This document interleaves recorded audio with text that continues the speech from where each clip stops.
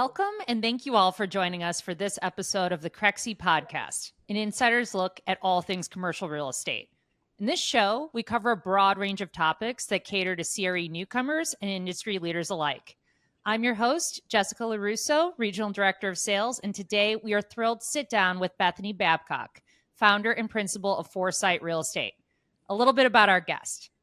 Bethany Babcock has worked in property management, leasing, and investment sales for over 20 years. She founded Foresight Real Estate in 2014. In 2018, she was named by the San Antonio Business Journal as one of the 40 under 40. Bethany is one of the very few brokers in San Antonio to have received national awards in the categories of both top leasing agent and top investment sales agent. She has been published online with Forbes and featured in the Business Journal, as well as been a guest speaker for the South Texas CCIM Symposium. Bethany also enjoys guest lecturing for the Real Estate Finance Department at the University of Texas at San Antonio. In 2020, Bethany opened up Foresight's own training program to those outside of the company and created the CRE Launch Program, which has worked with students from more than 10 universities and 20 different brokerage firms to develop and retain new talent in the industry.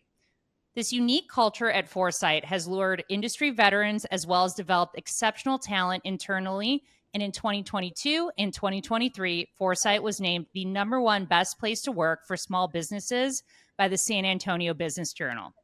Bethany graduated from UTSA, double majoring in international business and finance. She went on to earn her MBA with a concentration in finance from Texas A&M University, San Antonio. She is also a member of the International Council of Shopping Centers, a board member for Adult and Teen Challenge of Texas, and is a mother of three. Bethany, welcome to the podcast. Thanks for having me.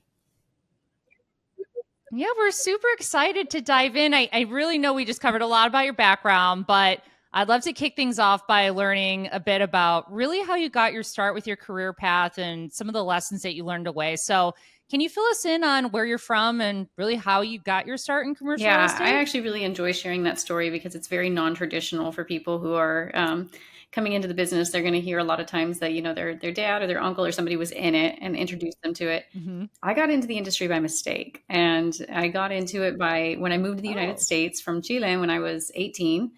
I needed a job quickly. I didn't have any family in town.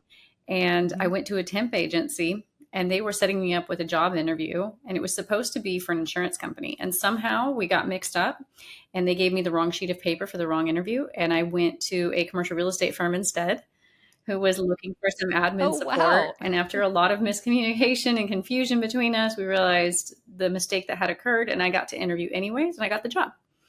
So it was an incredible entry into commercial real estate, and not planned at all. And I ended up falling in love with it and stayed in it.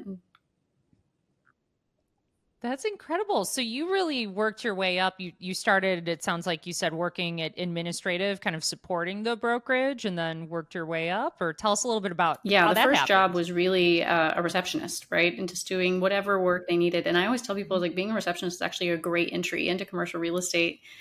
Because you end up doing projects for everybody. And so I would work during the day, and then I went to college at night and took night classes.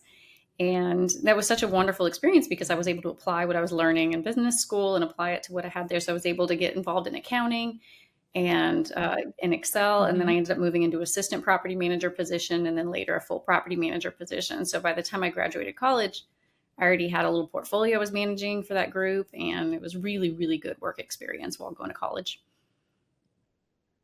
I love that. Did you have at the firm, did you have a mentor or someone that kind of took you under your wing that kind of showed you the path into that role in property management? It was a small office, so I got to learn from a lot of different people, also learn what not to do, right? It was a very non-traditional kind of quirky family office, but it was different.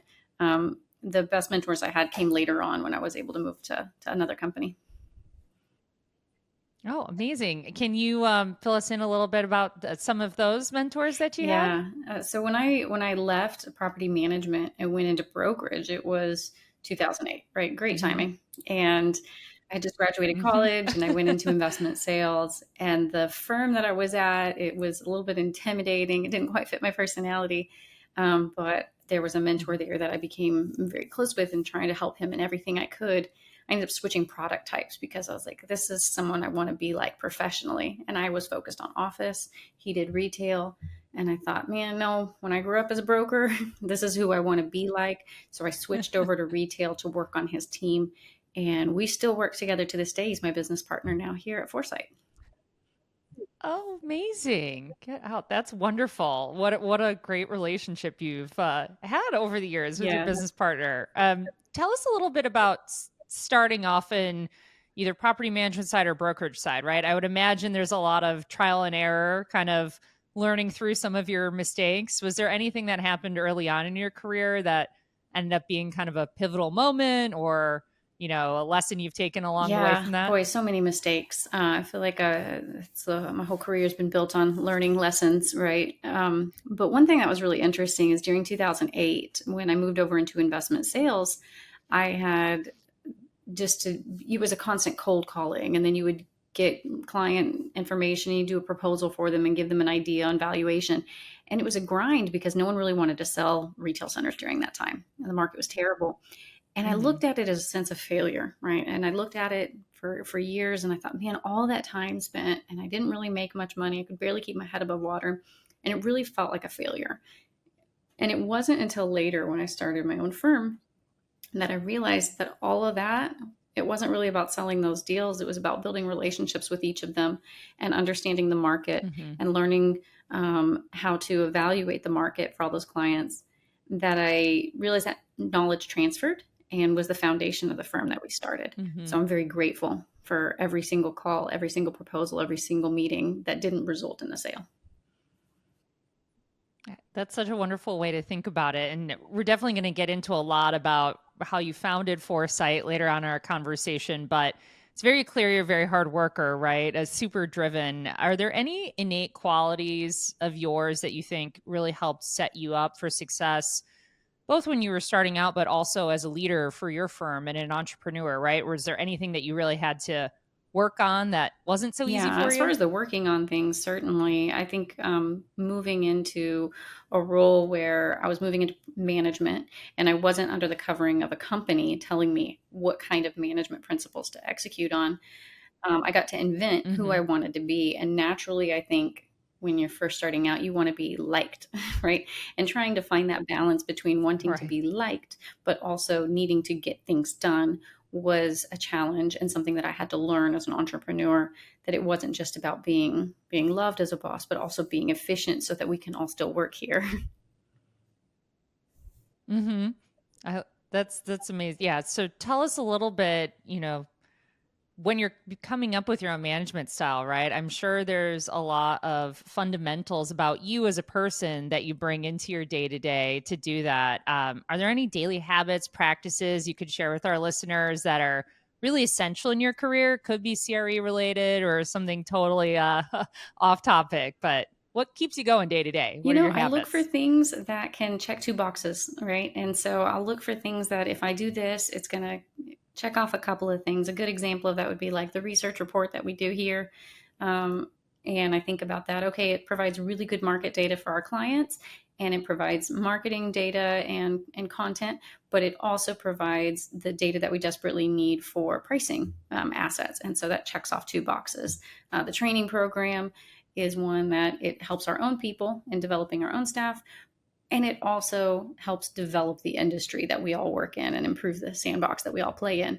So anytime something checks a couple of boxes, it gets my interest and I redirect my energy towards it.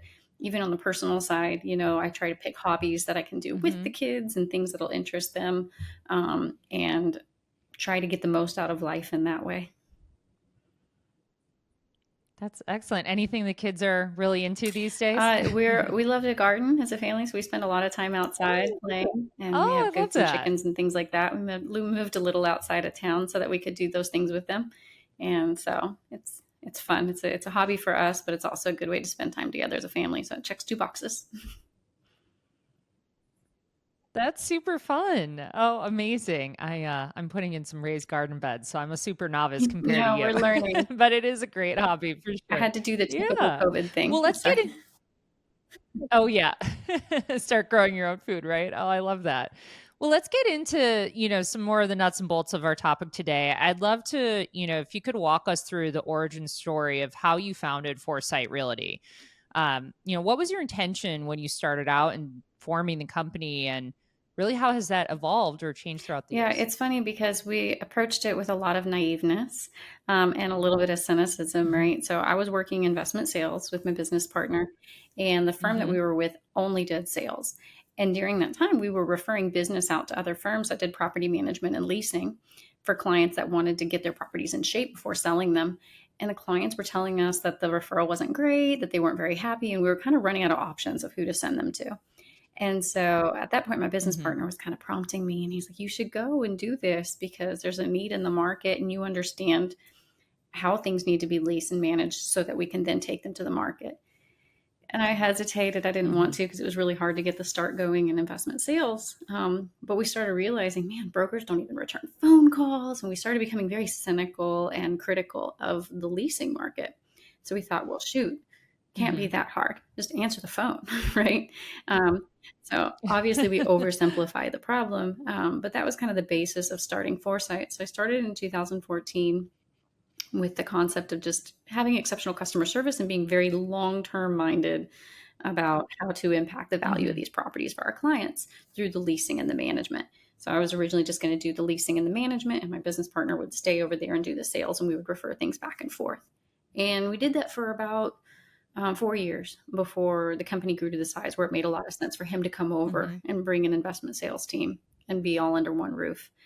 But in the course of that, we had to learn that maybe all of the idealistic notions that we had that if we just answer the phone, we could beat out the competition might have been a little idealistic because we learned why brokers have a hard time answering the phone.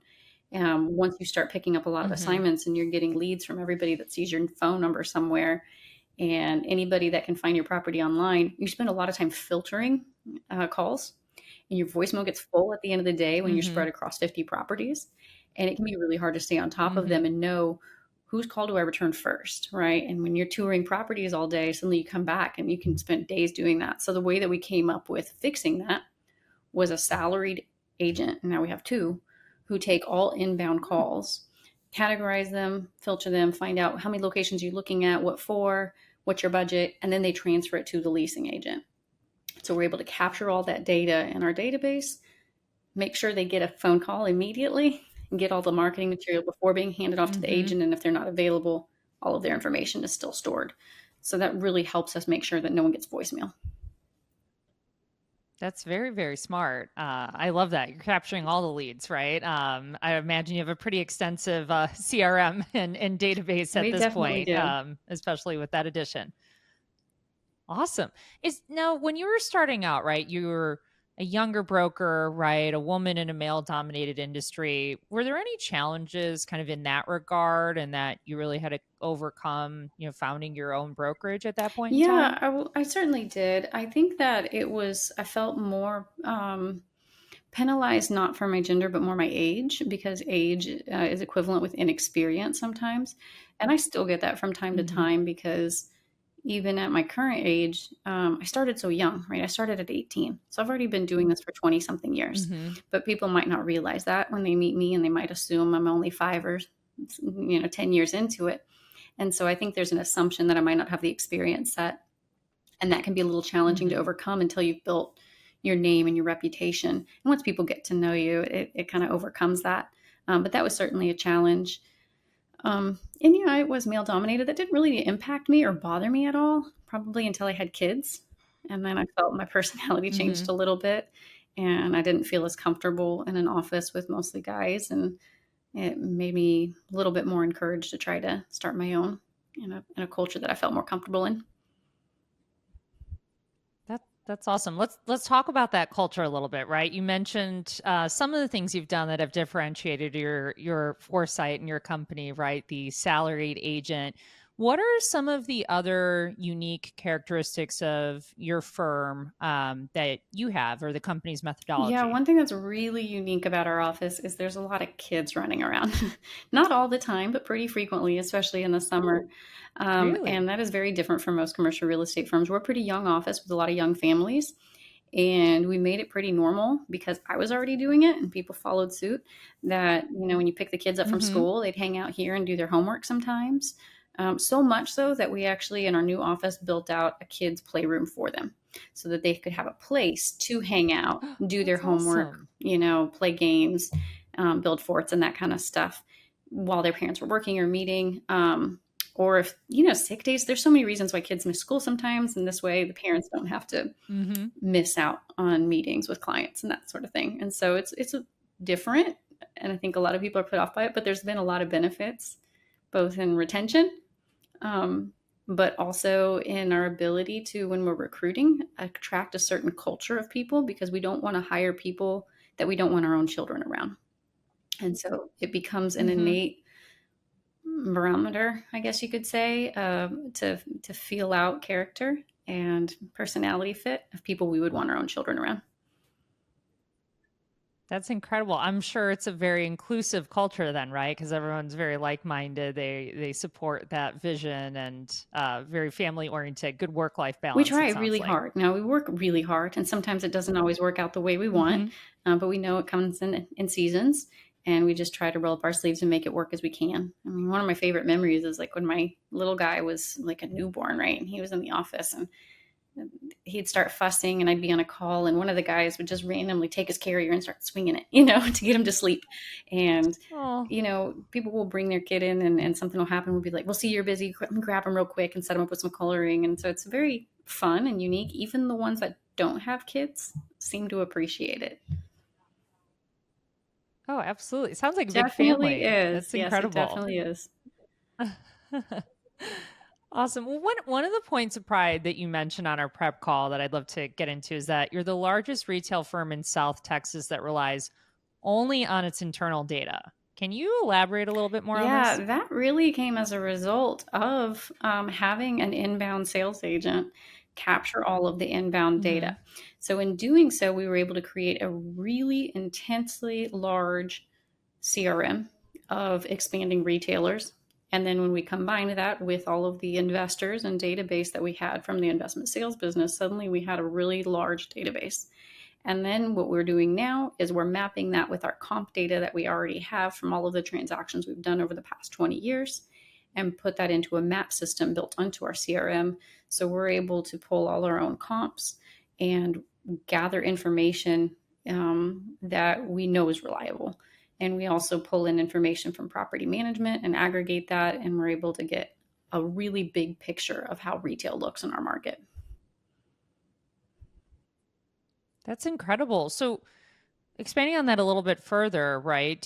When it comes to your clients, how are you creating the most value for them? What keeps them coming back? Is it really the accuracy of your data, how broad your reach is, right? Can you tell us a little bit about how you work with your clients on their deals? Yeah, I think that that's part of it, the data. We also tell them kind of what the reality is, right? We're not going to tell you something to win a listing. We're not trying to get properties to put our signs in front, and we're not trying to get listings just to put on our website, right? We're going to transact on them. So we pride ourselves in making sure things are priced and marketed correctly, and we're not just trying to fluff up our own portfolio. I think clients appreciate that. And it's a harder way of doing business, right? Because you have to earn it, and they have to have the understanding that you really do know market. And so when other brokers are saying, I can get more, and we're thinking the data just doesn't support that, and we're able to show that, or we're able to say, well, the data's trending upwards. We feel really optimistic that maybe we can get a little more aggressive. But that data really is a huge foundation of our company and the way we operate. Well, speaking of deals, right, and transacting, can you share any of your favorite transactions that you've had throughout your career? Oh man, there's stories on all of them. To narrow it down would be tough, but my favorite ones always come down to the ones where I feel like I'm able to add a lot of value, right? Where I was able to find something that no one else was able to find that saved a deal, or maybe kept a client from buying a bad deal. But also on the leasing side, being able to structure leases in such a way that made sure that they got maximum value when they sailed. Those are the kind of things that I was always the most proud of. But one of my favorite stories to share is when we took a client who was wanting to buy a property, and we requested the general ledger, and the client's like, why the general ledger? And I'm like, get the general ledger. I have a bad feeling. And we went through the general ledger, and we were able to see all of these accounts of these tenants that supposedly were all paying on time because the aged receivables report looked clean. And so we went into the general ledger and we were able to look at that and realize that all of their rent had been forgiven a few months before bringing the property to market, making the accounts receivable report look really clean. And so we were able to really dig in and find out that there were huge cash flow concerns with the property, and he didn't buy it. So no, I didn't get paid, but I like to tell that story. That's a big save for your client. I'm sure he came back around for something else with you after that. Oh, wow. Well, that's incredible. And I'd love to talk a little bit about the CRE launch program. Can you tell us a little bit about what it is? Why is it so special to you? That's definitely the passion project for me. When we started the firm, and I think every entrepreneur can kind of relate to this, when you're getting started, you have to wear a whole lot of different hats, and you don't always have time to train. And that is true for commercial real estate brokers as well. They have their own book of business, so they're trying to maintain, trying to bring on a junior is very challenging. And we're seeing an aging workforce, and that's a big problem. And I'm really worried about it. And I'm worried about the fact that we have an entire generation that's retiring and leaving the business, and they're leaving with an enormous amount of knowledge. And my goal is to capture that knowledge and share that with the younger generation that's coming into the business so that we can be a better industry. And one of the ways that we do that is, like, when we were starting the firm, I was trying to train our own team. And so I was building these modules and different things for us to learn internally. And then comes COVID, and I noticed all these students were losing their internships. And I was so worried about them because I thought, man, can you imagine going all the way through college, losing the internship you needed for credit because of COVID and not being able to graduate, right?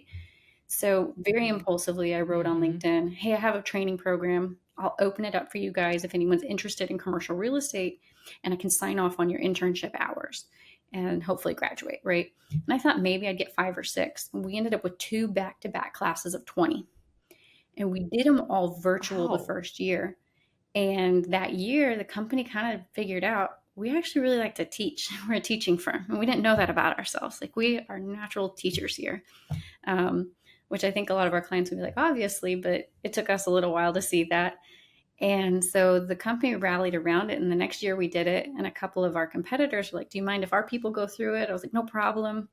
And every year, it's grown and expanded, and now we're in a few different markets. We also have a virtual campus, but we prefer to do in-person campuses. And it's grown into this very intense 10-week program each summer. And it's been students, but it's also been industry professionals that have been in the business a little while. That is so cool. What's the size now in terms of how many people are coming through the program? What's next for We cap each class, each cohort at 30, because beyond that, it's very challenging for us to grade. And a lot of the grading is us looking at their comp set, how they're lease abstracting, how they're doing their cash flow. And so it takes a little while to give them feedback. So we cap each cohort at 30, and we're trying to grow it by different campuses and sections rather than one big class, so that we can give them that individualized feedback. So hopefully we'll grow it by adding campuses so that we can keep that kind of intimate relationship. That's incredible. Where are your campuses right currently? now? We have San Antonio and Austin, and then a virtual one with Fresno that's in partnership with the University of California, Fresno. Wow, incredible. I love that you figured that out, that you like to teach. And I would imagine, given the culture at your firm, that a lot of people are involved in this. Yes. A lot. Yes. It's a huge amount of work, and it takes probably half of the year for us. And so we get the support of sponsors to try to offset the cost for the students, because our goal really isn't profit here. We're just trying to cover expenses. And so we have a lot of sponsors that'll help with the students. Crexi is one of them. And we try to get different organizations to help their students get through it, or other brokerage firms to help. And what we really like is that we put our own people through it, but not as one of the 30, right? Not as part of the class. They kind of are in tandem. And it's created a competitive nature, so that our group doesn't just feel like it's continuing education that they have to schlop through, on their first day. They're being compared to this other group of really high energy students that all applied and were selected. And so it makes our own team members that are going through it be like, well, I can't goof off as much. You're leveling everyone up with that way. It makes so it more cool. fun. Yeah, absolutely. Well, I'd love to shift gears a little bit and focus on your specialty, right? You know so much about it, the retail sector in San Antonio and Southern Texas. So what's your 35,000 foot overview of the retail sector today? Maybe both within your own market, right, as well as nationally? Yeah, it's a big question. And I think I probably have similar sentiment of a lot of people. But in San Antonio, one thing that we're really seeing, and Central Texas, Texas in general, is increased demand for retail space and a shortage of it due to the fact that developers can't really pencil things right now at the state of the market with where interest rates are. And so we're seeing rising rents at unprecedented levels. And it's a bit of a sticker shock for everybody. Even the brokers working on the deal, sometimes we hesitate when quoting the rates, but it's what has to happen in order to get those deals out of the ground. But the retail market is extremely healthy on the leasing side. On the investment sales side, things are slower, obviously, because the oil that keeps us all running is a lot more expensive. And so that part is a challenge. But on the leasing side, the market is extremely strong, extremely healthy. We're not noticing an uptick in delinquencies with the tenants on the property management side at all.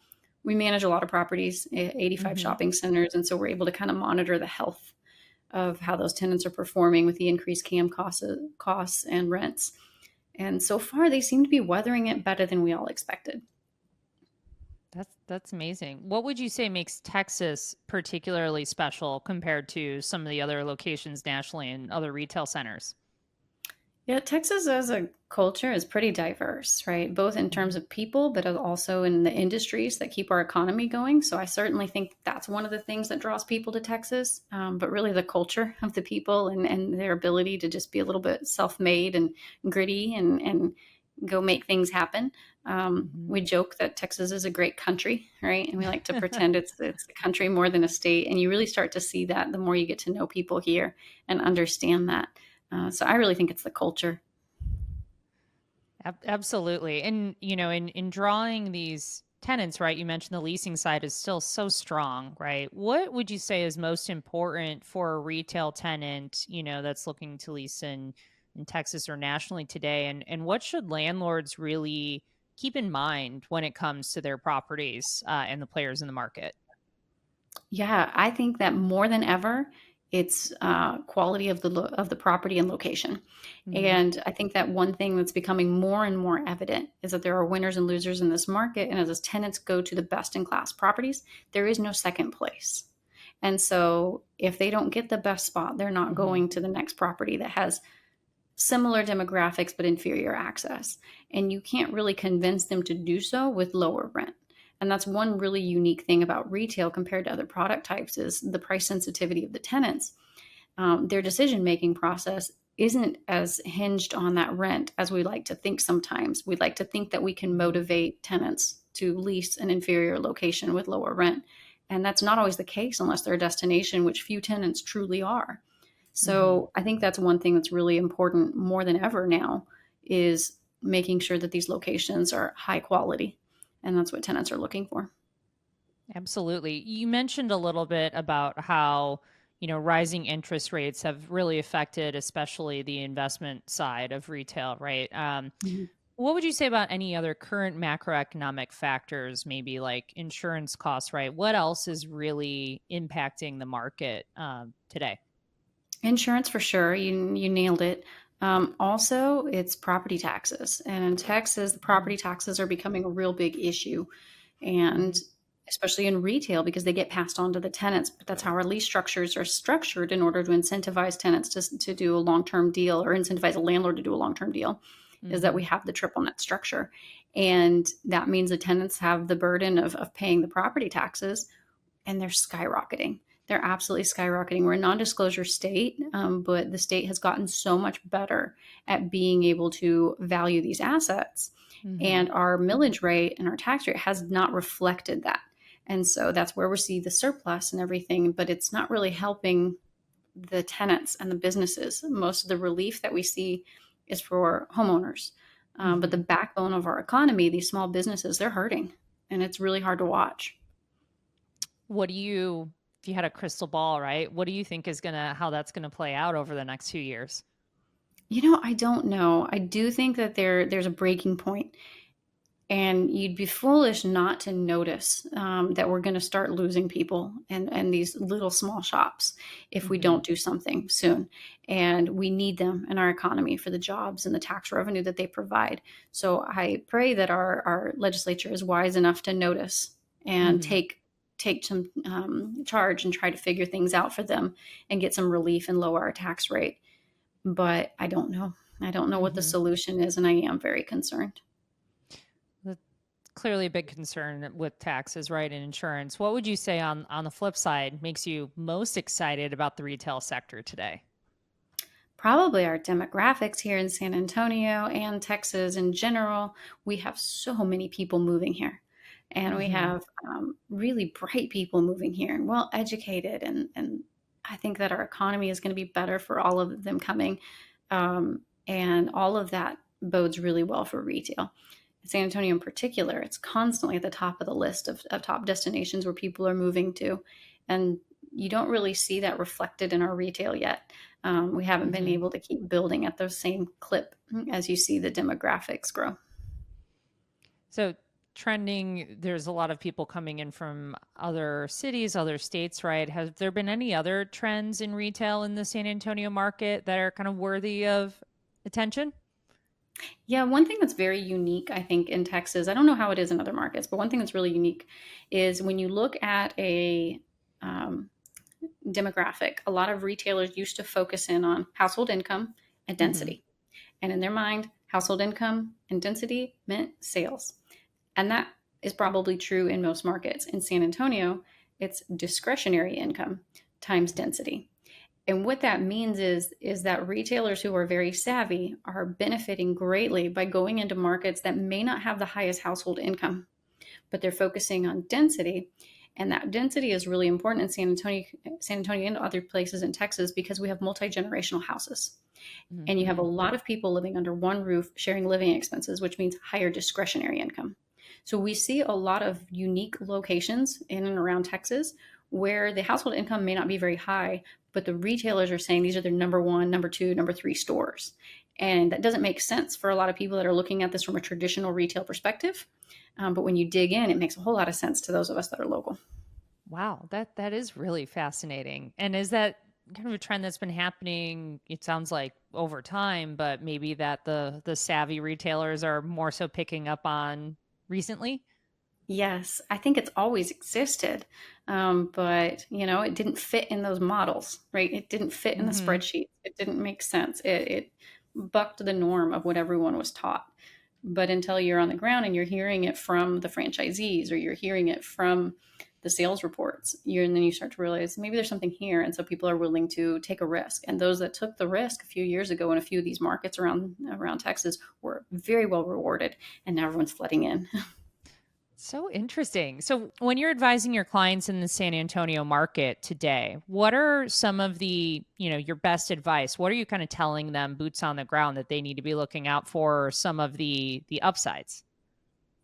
Sure. Yeah, if someone's coming to San Antonio from outside the market and they're looking at locations or they're looking at investments, they really need to be aware of our access when it comes to our freeways and the on and the off ramps, because there is so much psychology that goes into where they're going to be turning and whether or not they will be turning into a location or not.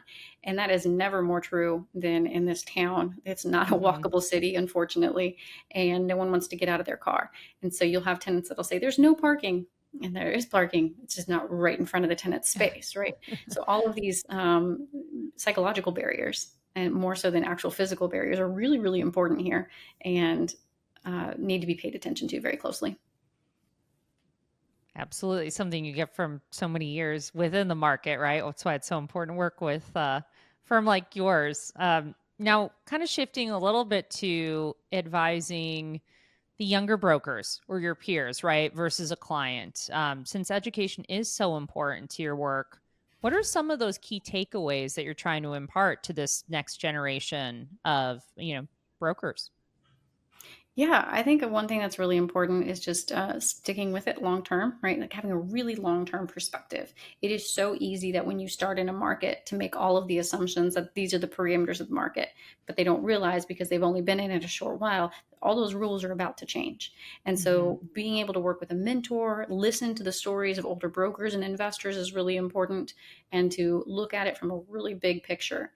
Because it's so easy when you're getting started to assume it will always be this way, and it absolutely will not. So I think that's one thing that's really a big deal.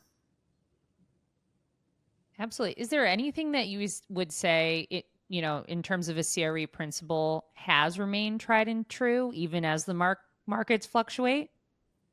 Yes, I think good old fashioned marketing still works better than anything else. And I love tech. We invest a lot of money into tech here. We're developing our own software. We're doing all sorts of things fun that are in tech, but nothing replaces good old fashioned cold calling. And nothing replaces good old fashioned canvassing when it comes to leasing. And you can't replace those with any technology yet. And I don't think it will happen in my lifetime. So I think that that's one thing that's really important. And I think honoring and respecting the history of the people who have worked in the industry before and learning from them is key. That's excellent advice. And on that topic, right, given all of your expertise, I'm sure that our listeners would be really curious about your answers to a few rapid fire questions. Can I throw a few your way? Sure. Awesome. Okay. So first question, if you were given $50 million today, you had to invest it immediately. Can you walk us through a little bit of your go-to asset type, location, and some of the details on why? Yeah, it's not going to surprise anyone for me to say retail in Texas. But that's a couple of reasons. One, I truly believe it's an incredible asset class that needs that isn't getting as much attention as it will very shortly. And two, there's so much opportunity in it. But the main reason being it's where I have the most knowledge. So I feel like you can make a lot of good decisions using the knowledge that I already have. How about market, or even getting a little more granular, like submarket? Where would your location be? It's a good question. There's a lot of them out here. So it would probably be the surrounding San Antonio MSA area, not within San Antonio directly, but in the areas between San Antonio and Austin, San Antonio, Houston, all those different little towns outside. Are you seeing, like, you're talking kind of like a New Braunfels area, like somewhere kind of along the corridor, or? New Braunfels is pretty popular right now. A lot of people are looking at it. So is San Marcos. All of those areas, certainly Kyle. I like all of those markets. I also like Castroville and areas like that. Excellent. Okay, second question. And you said you're investing heavily in tech and software, so I'm very curious about this. What is your favorite tool or software that you use on the job day to day? Okay, you ready for this? It's going to just it's so advanced. The thing that we love the most, and the thing that all of us use and would immediately be like, I don't know what to do, and wander around without it, would be Google Maps.